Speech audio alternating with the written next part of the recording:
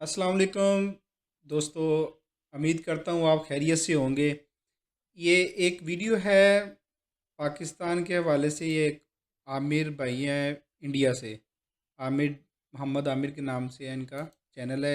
TBV knowledge and truth के नाम से है। तो ये एक काफ़ी नॉलेज वाली वीडियो बनाते हैं, काफ़ी टॉपिक पे बनाते हैं। तो मैं अक्सर इनकी वीडियो देखता रहता हूँ। तो आज एक टॉपिक पे वीडियो उन्होंने बनाई है, पाकिस्तान के क्राइसिस जितने भी चल रहे हैं इंटरनली, उनके हवाले से वीडियो बनाई है। तो काफ़ी इनका जो टॉपिक होता है वो डीप होता है। तो इसी सिलसिले में ये देखते हैं कि ये इनका टॉपिक क्या है, फिर बाद में अपनी राय देंगे। ओके जी, वीडियो को स्टार्ट करते हैं। अस्सलाम वालेकुम गाइस, मेरा नाम है आमिर और आप देख रहे हैं टीबी नॉलेज एंड ट्रुथ की और एक नई वीडियो। क्या पाकिस्तान दूसरा श्रीलंका बनने वाला है? श्रीलंका से मतलब पाकिस्तान की पूरी इकोनॉमी बर्बाद पे है और इसके बाद शायद सिविल अल्लाह ना वॉर करा हो हुआ ऐसा सकता हो। है पाकिस्तान में। हाँ, ये पुरानी वीडियो सब। Things are bad when people start fighting for food. Food department had run out of its wheat stock. The perfect storm was hovering over Pakistan. यही सेम चीज दुनिया की हर डेवलपिंग कंट्री फेस करते आ रही है बैक टू बैक। पूरे दुनिया में कंट्रीज की इकोनॉमी वीक हो रही है, जिसके बाद सिविल वॉर हो रहा है और उनकी करेंसी और देश पूरा बर्बाद होते जा रहा है। रिसेंटली अमेरिका में भी बैंक्स बैंकरप्ट होते जा रहे हैं और उनके पास कैश नहीं है लोगों को देने। ऐसी क्या चीज हो रही है इकोनॉमी के साथ? प्रीवियस वीडियोस अगर आप हमारे देखते होते तो आपको परफेक्टली मालूम होता Zionist controlling world economy and world banks.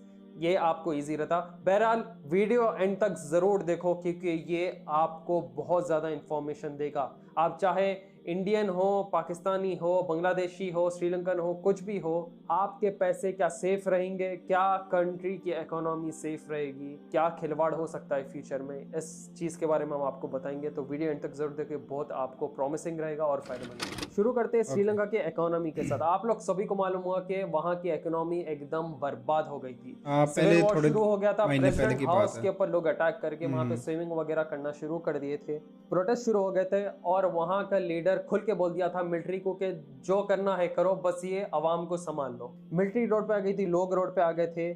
Basic चीज श्रीलंका पूरी नहीं कर रहा था, जैसा खाना पीना, मेडिसिन, फ्यूल, कुछ नहीं, लिटरली बर्बाद हो चुका था। इसके बाद ये इंडिया चाइना वगैरह पे डिपेंडेंट था और इसकी भी हम असल चीज आपको आगे बोलेंगे कि पाकिस्तान की भी हाल इतनी बुरी हो रही है और कौन सी कंट्री मदद कर रही है, कौन सी कंट्री मदद नहीं कर रही है। पाकिस्तान की बुरी हालत देखने का तो क्या इंडिया को भी परेशान होना जरूरी है कि इमरजेंसी में हम भी आएंगे?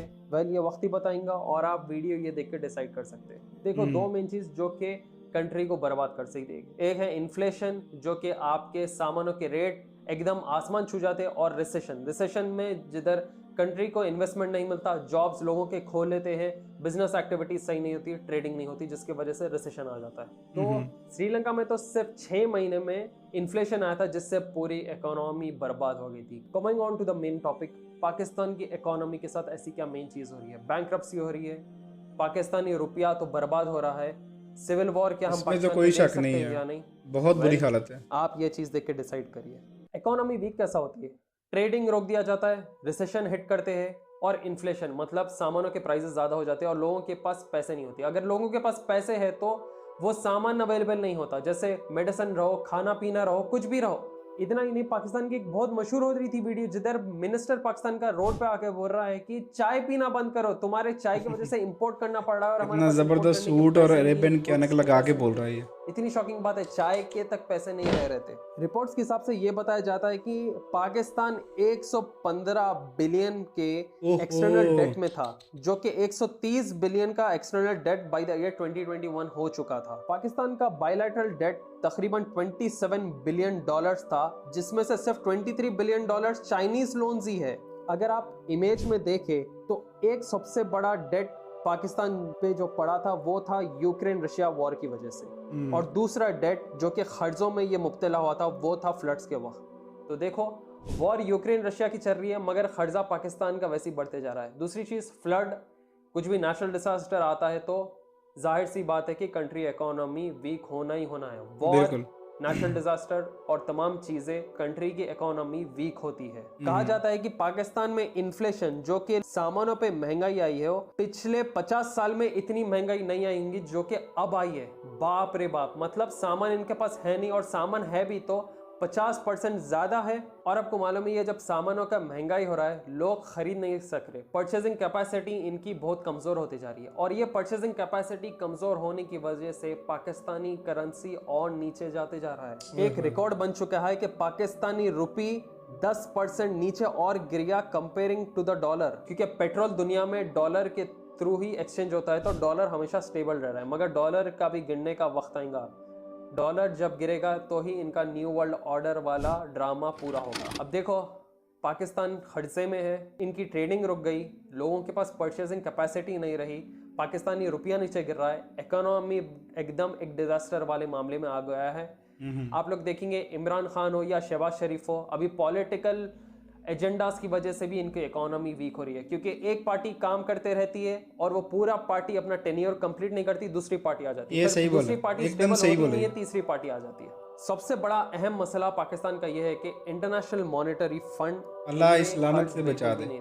आप लोग को बता दें कि आईएमएफ एक बहुत खतरनाक चीज है। आईएमएफ डेवलपिंग कंट्रीज और कंट्रीज को वक्तिया तौर पे लोन देते रहता है, पैसे देते रहता है, ताकि वो अपनी इकोनॉमी स्टेबल रखे। आईएमएफ क्यों देगा? ये इंटरनेशनल मॉनेटरी फंड। अगर आप लोग खोज किए, आईएमएफ जैसे बड़े से बड़े ऑर्गेनाइजेशंस भी ज़ायनिस्ट ओन करते हैं। ये आपको कर्जा देते हैं, फिर इसके ऊपर बहुत बड़ा इंटरेस्ट रेट लगा के ये पैसा वापस लेते हैं। तो देखो, ज़ायनिस्ट वगैरह क्या करते हैं, कंट्री की इकोनॉमी वीक करते हैं, वॉर्स, हार्ट जैसे टेक्नोलॉजी डिजास्टर्स के साथ और बहुत चीजें बोलने बैठे तो भाई लाइन लग सकती। फिर जब इकोनॉमी वीक होती है तो ये लोग आके बोलते हैं हम आपको लोन देते हैं, आप अपनी इकोनॉमी स्टेबल करो।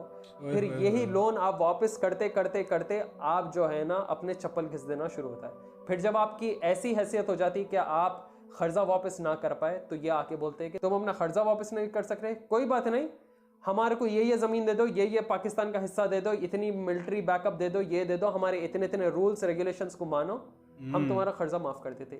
मतलब in the sense Zionist control में अपनी कंट्री को दे दो और हम कर्जा आपको माफ कर देते। आपको पहले परेशानी में लाते हैं, फिर आपको मदद किए वैसा करते हैं, और मदद के नाम पे आपको स्लेव बना के रखते हैं। ये होती है इनकी इंटरनेशनल पॉलिसी। यही मेन रीजन है जो कि ये world banks, monetary organisations, China, Russia, Iran, Gaddafi, Türkiye वगैरह के सब दुश्मन हैं, क्योंकि ये लोग कर्जे में मुब्तला नहीं हैं और ये लोग इनके करेंसी डॉलर पे अपने कंट्री को चलाते नहीं हैं। बाय द टर्म अगस्त फिर से एक और इलेक्शन होगा, और जब तक 90 डेज का एक मिलिट्री रूल आ सकता है, मतलब पाकिस्तानी आर्मी टेक ओवर करके वो जो है ना चलाएगी पाकिस्तान को। अब देखो, आईएमएफ का काम ही है कि कंट्रीज को कर्जा दे, फिर अच्छा सॉलिड इंटरेस्ट उसको लगा के वापस पैसा ले।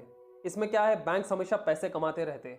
इकोनॉमी वीक रही तो जो बैंक्स है, सेंट्रल रहो, स्टेट रहो या वर्ल्ड बैंक्स रहो, ये लोग अपना इंटरेस्ट रेट भी बढ़ा देते, तो आप परेशानी नहीं, आप बर्बाद हो जाते लिटरली। और अगर दिए भी तो 100 कंडीशंस रख के दे। इसलिए जो आवाम है वो हमेशा सफर करते रहती। ये पपेट्स आके कुर्सियों पे बैठते, पपेट्स को मालूम नहीं क्या करना, और यही ज़ायनिस्ट ऑर्गेनाइजेशंस आके आपको कंप्लीटली बर्बाद करते, जिसकी वजह से अवाम सफ़र होके रोड पे आ जाती। पाकिस्तान इतना कमज़ोर हो गया कि उनके पास पावर एनर्जी का भी शॉर्टेज हो चुका है। पावर कट्स तो दुनिया के हो रहे हैं, ऑयल नहीं है इनके पास, गैस प्राइसेस आसमान छू रहे हैं। अब इतने सब प्रॉब्लम्स हो रहे हैं तो कंपनीज कैसा काम करेंगे? अगर कंपनीज काम नहीं कर पाए तो इन्हें इंटरनेशनल प्रोजेक्ट्स नहीं मिलेंगे, इंटरनेशनल प्रोजेक्ट्स नहीं मिलेंगे तो इकोनॉमी चल नहीं सकती, इकोनॉमी चल नहीं सकती तो कंपनी के पैसे नहीं रहेंगे लोगों के सैलरीज देने के लिए, और सैलरीज देने के लिए नहीं रहेंगे तो लोग अपना घर कैसे चलेंगे? देखो आप लोग कैसा हर एक चीज़ कनेक्टेड है, और ये चीज़ इकोनॉमी बर्बाद नहीं कर रही, लोगों की जिंदगियां खराब कर रही। कोई भी कंपनी जो है ना आपके ख्याल के लिए काम नहीं कर रही, वो बस अपना जेब भरती और प्रॉफिट्स कमाती। टू बी ऑनेस्ट, ये है रियलिटी दुनिया की। अल्लाह पाक माफ़ करे, जो बातें इन्होंने बताई हैं भाई ने, अल्लाह ना करे ऐसा हो, लेकिन ग्राउंड की जो रियलिटी है, जो पाकिस्तान के मौजूदा हालात हैं, वो कुछ सही नहीं बता रहे। उम्मीद तो यही करते हैं कि माह रमज़ान का महीना अल्लाह पाक बेहतरी करे, अल्लाह पाक हमारे जो हुक्मरान हैं उनको दिलों में खौफ और आखरत की झलक, जो आखरत का जो मंज़र है वो डाले, ताकि इनको तरीक़ाकार का मालूम हो कि कैसे करना है, अवाम की बेहतरी के लिए क्या क्या इकदाम करने हैं, ताकि इनको मालूम हो। उम्मीद करता हूँ कि आपने जो कुछ सुना, जो कुछ वीडियो देखी है आपने, आपको अच्छा लगा होगा। और जो इन्होंने भाई ने रिसर्च की है,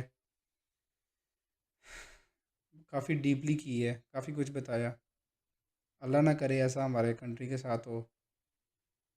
उम्मीद करता हूँ आपको ये वीडियो अच्छी लगी होगी। नेक्स्ट वीडियो के लिए अल्लाह हाफिज़। चैनल को सब्सक्राइब, शेयर और लाइक कीजिएगा। खुदा हाफिज़।